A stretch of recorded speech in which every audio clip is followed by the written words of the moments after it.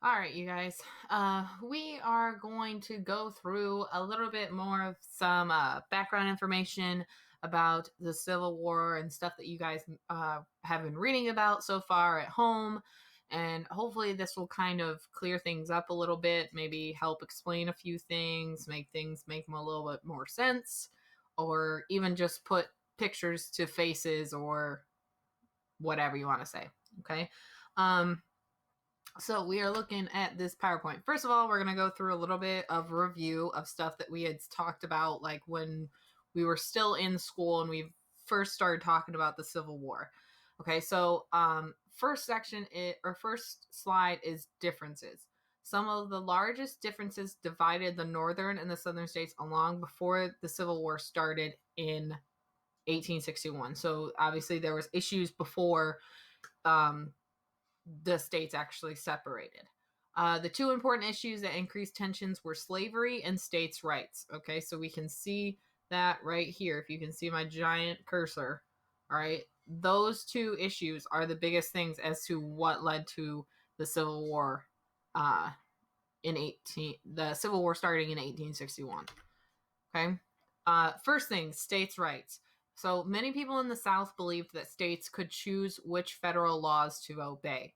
They believed that if a state didn't like a law passed by the federal government, then they didn't have to follow it. Okay, so they're saying if the federal government came up with a law that said that you couldn't walk backwards down the street holding a donut at 7 o'clock at night, then the southern states believed that they could, if you didn't agree with it, then you could just do whatever you wanted. You could go against that law or not follow it or whatever. They didn't believe in following the laws exactly as the federal government stated.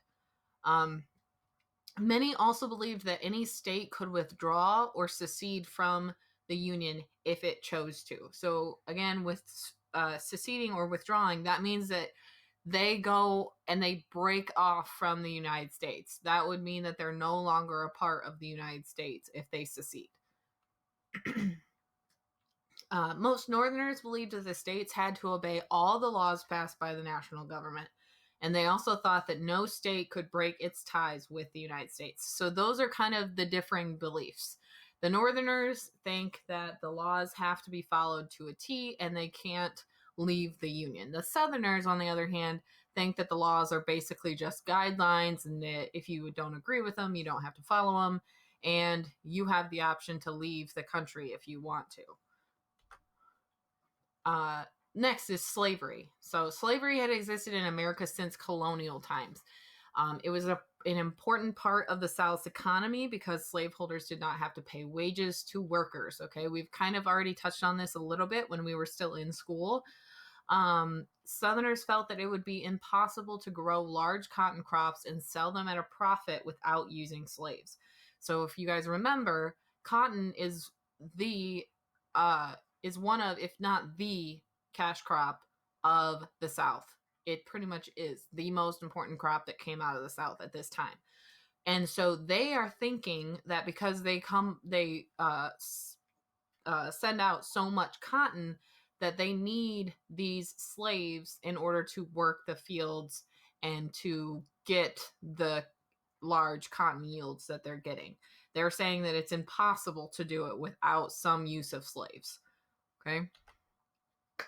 So in this photograph, you guys can see this is a picture from 1862 of slaves planting sweet potatoes at a South Carolina plantation. Okay, so this is just kind of a little representation of slavery in the South. In this picture, there's 4 generations of a slave family photographed during the Civil War. It's in Beaufort, South Carolina in 1862. Okay.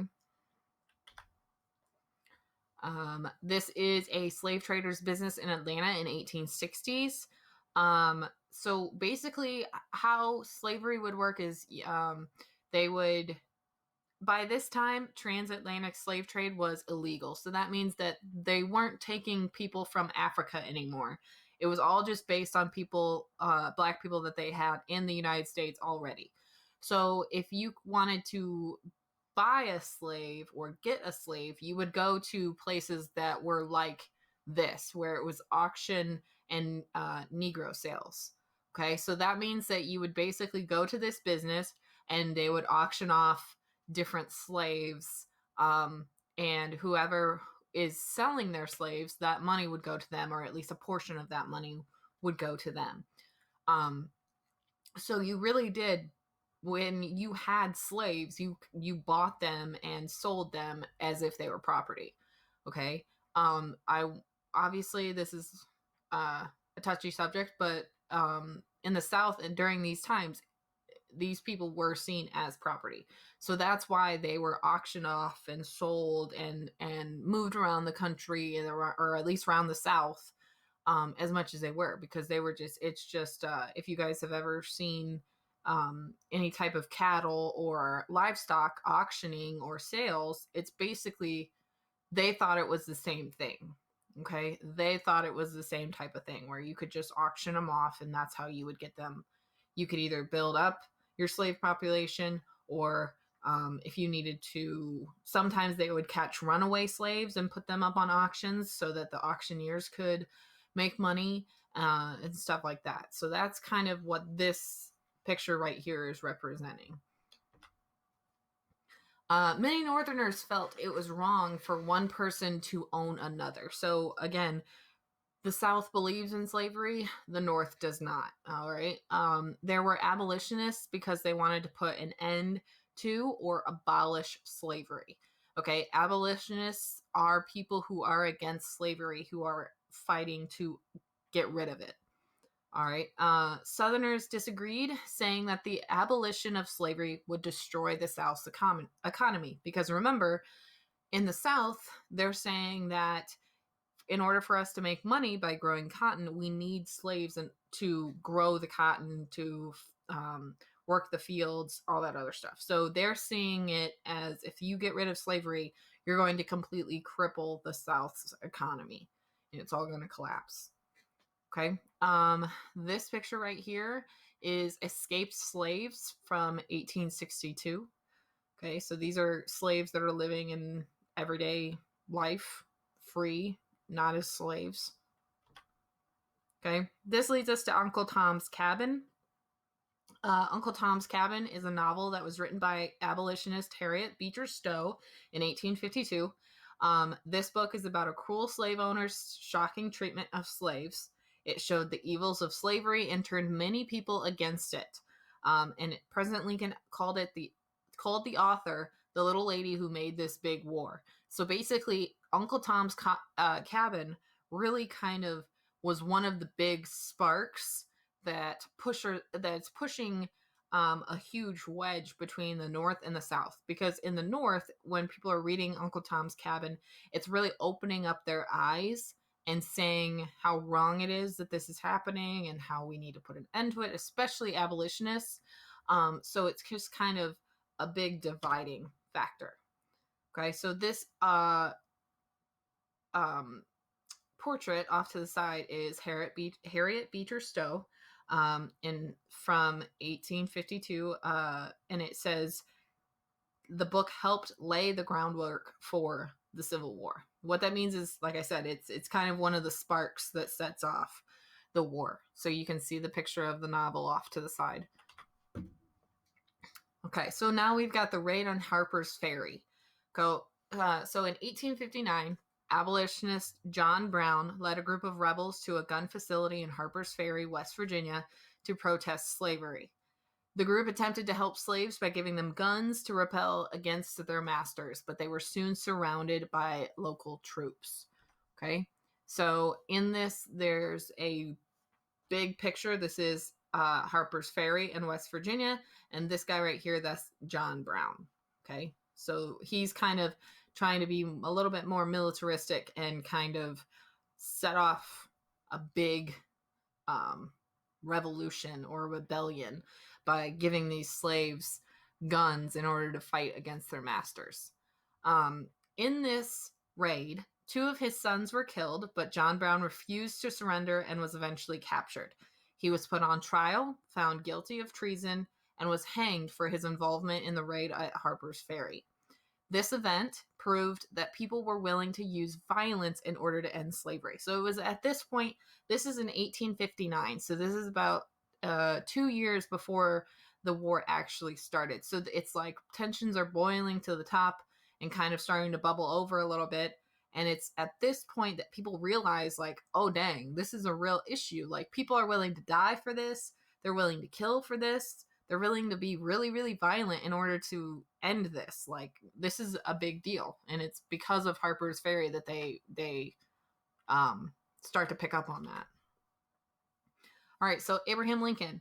Abraham Lincoln was elected 16th president of the United States in 1860. Many Southerners believed that he would try to put an end to slavery, so some of the Southern states seceded from the Union after his election. Okay, so Abraham Lincoln wins the presidency in 1860. In 1861 is when the war officially starts. Okay, so it's basically, this event is really what really pushes the snowball leading into war, because it's him getting elected as to why the southern states, especially South Carolina, which is the first state to secede, ends up seceding from the Union. Okay, and it's after they secede from the Union that it's quick events that where the Civil War really starts. Okay, this picture is President Lincoln's inauguration at the U.S. Capitol in 1861. If you guys can see over here in the background, the building is actually still being built in the background. Okay, the Capitol building is still under construction when Abraham Lincoln gets inaugurated into his presidency. All right, here is a picture of Abraham Lincoln in 1864. Then finally, we have a map that we've seen a few times now. These blue states up here, these are Union states that banned slavery. Bright red are states that seceded before April 15th, 1861. The light red is states that seceded after April 15th, and the yellow are Union states that permitted slavery. Okay, so that's pretty much about it. We've seen in 1861, this is pretty much the state of things that we've seen so far. Okay. In 1863, he issued the Emancipation Proclamation, which declared that all slaves in areas still fighting against the North were free. So basically what that means is 2 years after the war had already started, Abraham Lincoln writes the Emancipation Proclamation, and all the slaves in the entire South are now free people. Okay? So that's kind of one of the greatest things that comes out of, or it is the greatest thing that comes out of the Civil War, is the Emancipation Proclamation and all of the slaves being completely free. And this is before the war is even ended or over. It's in the midst of the war. It's in the very middle of the war that the slaves are now free. Okay. There's a little bit of a typo. On April 14th, 1865, not 1965, 1865, just a few days after the South surrendered, Lincoln was assassinated by John Wilkes Booth at Ford Theater. Okay, he's shot in the head and he ends up dying from that. President Lincoln, this is a picture of President Lincoln visiting the battlefield at Antietam, Maryland on October 3rd, 1862. This photograph is saying many fugitive slaves fled to the Union Army. They were officially freed with the Emancipation Proclamation in 1863. Okay, so there were a lot of cases of fugitive slaves, which what that means is these were slaves that had run away. So they ran away from their masters and they went and joined up with the Union Army in order to fight against the South. Okay, and it's while they're fighting for the Union Army, they are actually officially freed. Okay, so now we've got Jefferson Davis. The Confederate States of America consisted of South Carolina, Georgia, Mississippi, North Carolina, Florida, Alabama, Tennessee, Arkansas, and Louisiana. When the Confederate States seceded from the Union, they elected Jefferson Davis as their president, like we have talked about. Again, this is a picture of Jefferson Davis from 1861. Prior to becoming president of the Confederate States, Davis was a plantation owner in Mississippi. During the war, he clashed with many Southern leaders and was blamed by many for the South's loss. After the war, Davis was supposed to be tried for treason. The trial never took place, and he was freed after 2 years. Okay, so he becomes president. He doesn't do so hot, according to the Southerners' opinion. He gets jailed. He's in jail for 2 years, and then he ends up getting freed instead of hung for treason. This photograph is Jefferson Davis's inauguration as president of the Confederate States of America in Montgomery, Alabama in 1861. All right, so now we've got Robert E. Lee. Robert E. Lee was one of the greatest military leaders of the Civil War. He was a graduate of the U.S. Military Academy at West Point and fought in the U.S.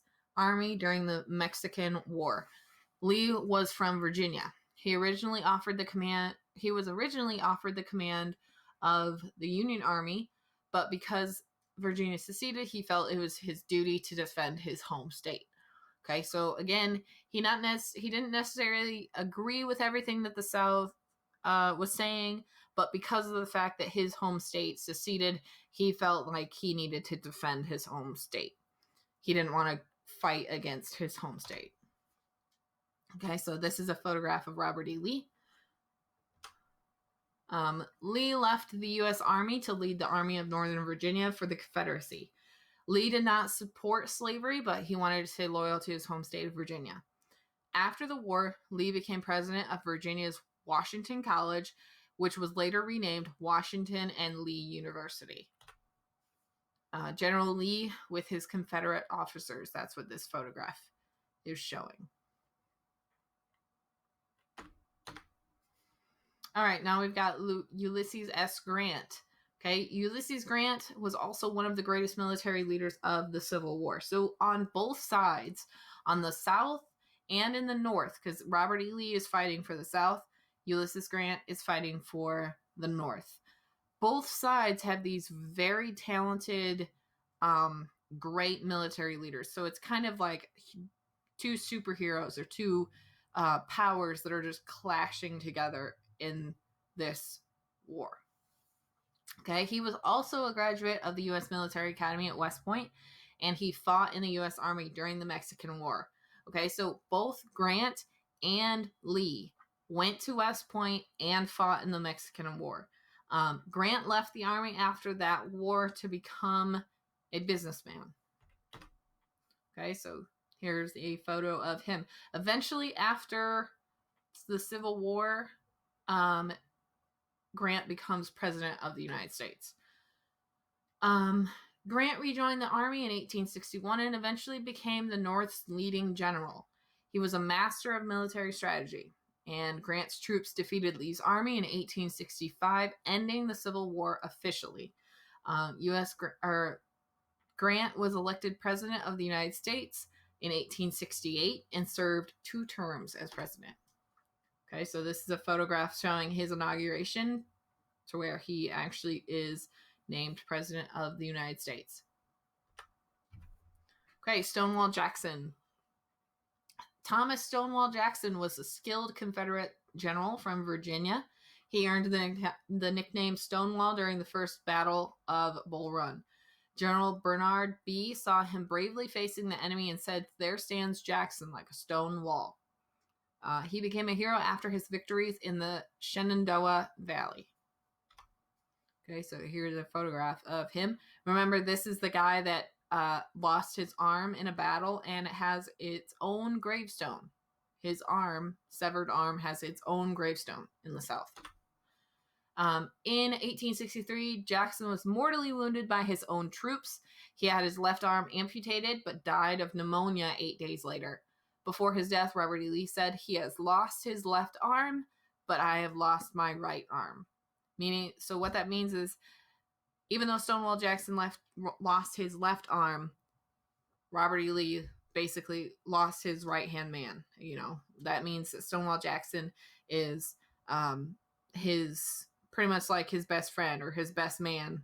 Like, that's the guy he goes to for everything, and now he's lost him. Okay, so in this picture, this is a carving that's in Stone Mountain in Georgia. This is Jefferson Davis, Robert E. Lee, and Stonewall Jackson all riding on their horses together. Finally, Fort Sumter. The Civil War began on April 12th, 1861, when Confederate forces fired on Fort Sumter. Fort Sumter was a Union fort in the harbor of Charleston, South Carolina. We've already talked about this. The Union forces inside Fort Sumter were already low on ammunition and food, so they surrendered the next day. Nobody was killed during the actual battle. However, one person was killed in a 50-gun salute to the flag. This is a picture of Fort Sumter, South Carolina, before the Civil War. This is Whitworth Rifles in defense of Charleston. The Union siege guns mounted in defense of Washington in 1864. So this is just showing how giant these cannons or these guns are. Gettysburg, the Battle of Gettysburg, Pennsylvania, on July 1st through the 3rd of 1863 was the turning point of the war. Confederate forces under Lee were trying to invade the North, but they were stopped. This Union victory left the South with no chance of winning the war. So basically, Lee is trying to push north into Pennsylvania to conquer more land in the North. Grant's forces hear about this or find out and kind of run straight into the Southern Army. And they fight in this small town in Pennsylvania. And it is one of, if not the bloodiest battles of the entire Civil War. And it's over a span of just 3 days. Afterwards, President Lincoln made a speech at a ceremony dedicating the site as a cemetery. The Gettysburg Address lasted only 3 minutes, but it is regarded as one of the most inspiring speeches in American history. In the speech, Lincoln said that the Civil War was to preserve a government of the people, by the people, and for the people. This is the only confirmed photo of Lincoln at Gettysburg. Okay. All right, here's a picture of some mortars that were used in 1862. I mean, if you can just see how big these cannonballs are, you can definitely agree with me in saying that this would not be fun to be hit by one of these, okay? Or even be around those. All right, so now we've got the Atlanta campaign. In 1864, General William Tecumseh Sherman moved his Union Army south from Tennessee to Atlanta. They fought Confederate soldiers along the way, leaving a path of destruction and chaos. On September 2nd, 1864, Sherman's troops captured Atlanta and set the city on fire. Okay? Tecumseh Sherman is probably one of the most, I would say he has a reputation of being a little cuckoo, a little psycho. He's a little bit much, hence why he set the entire city of Atlanta on fire. Okay, it's basically a trail of destruction and chaos, like it says, that followed William Tecumseh Sherman wherever he went. Okay, this is General Sherman and his officers in Atlanta. This is Destroyed Train Roadhouse in Atlanta. Okay, so now we've got the March to the Sea. In November of 1864, Sherman began his march through Georgia from Atlanta to Savannah. His troops destroyed many towns and plantations along the way. Sherman's march to the sea cut Confederate supply lines and crushed the spirit of the Confederate Army. They captured Savannah on December 21st, 1864, and Sherman gave the city of Savannah to Abraham Lincoln as a Christmas gift. Okay? The march to the sea, basically what Sherman's tactic was to kind of just destroy everything. They wanted to completely cut the Confederate supply lines off. They wanted to burn cities They wanted it to be chaotic. They wanted to get rid of the resources. They wanted to get rid of, kind of completely cut the Confederates off. Okay. If you can see, this is kind of, he starts in Atlanta, and this whole area is basically just burned, trashed, set on fire, just absolutely wrecked. So this whole entire spot right here, which is thousands of miles, or at least hundreds of miles, okay, this whole thing is just trashed because of Sherman's march to the sea. Now this is another thing, is Sherman's men destroying railroads in Georgia. So this is another tactic that they used. If you guys remember us talking about it, the South already didn't have very many railways. So they were not as quick as the North when getting supplies. So that already kind of was one strike against them.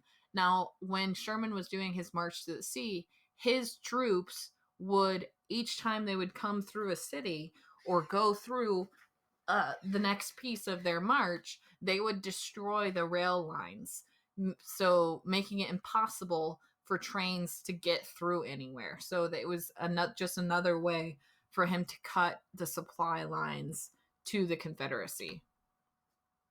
All right, so now we are finally to the end of the war. Okay, in early April, Union troops finally took Richmond, Virginia, the capital of the Confederacy. On April 9th, 1865, General Lee surrendered to General Grant at Wilmer McLean's house in the town of Appomattox Courthouse, Virginia. The Civil War was finally over, but instead of celebrating, soldiers on both sides went home quietly. Just a few days later, on April 14th, 1865, Abraham Lincoln was assassinated. All right, so this is Richmond, Virginia in ruins in April of 1865. Okay, so April 1865 is officially the end of the war. Okay, this is Union Army soldiers, April 9th, 1850. It was probably supposed to be 1865. Appomattox Courthouse, Virginia. Okay, so it's inside this building. Okay, it's inside that building or that house, whichever one you want to look at, that Lee surrenders to Grant, and it's the official ending of the Civil War. This is Robert E. Lee's amnesty oath to the U.S. Constitution. It says, I, Robert E. Lee of Lexington, Virginia, do solemnly swear in the presence of the Almighty God that I will henceforth faithfully support, protect, and defend the Constitution of the United States and the Union of the States thereunder, and that I will in like manner abide by and faithfully support all laws and proclamations which have been made during the existing rebellion with reference to the emancipation of slaves, so help me God. So he basically was like, after he surrendered, he had to sign this little amnesty oath that said, look, I agree to be back with the Union. I will follow anything you say. I will follow the Constitution. I'll follow the laws. I'll do whatever you say, basically. And he had to sign that to kind of make things better. Okay, so some of the effects. The Civil War had major effects on the United States. We are almost done with this. These effects were mostly positive in the northern and western parts of the country. In the South, they were disastrous. The war had been fought mostly on southern soil. Many homes, cities, railroads, farms, etc. had been destroyed and had to be rebuilt after the war. But the southern states had little money to do so. They were financially bankrupt and could not pay their war debts. So basically, after the Civil War, it completely disables the South. They have no money. They're completely bankrupt. All their slaves have left. Their plantations, their homes, their towns are completely in ruins. They are completely destroyed. Okay, so the whole South region has to be completely reconstructed. While much of the South had been devastated by the war, the Northern economy prospered. New factories had been built in many cities, and more railroads had been laid. Northerners had made millions of dollars producing guns, ammunition, clothing, and other war materials. Northern cities continued to grow. So while the Southern cities are progressively getting worse and worse and worse, the Northern cities are getting better and bigger and greater. Right? All right, so that is officially the end of this presentation.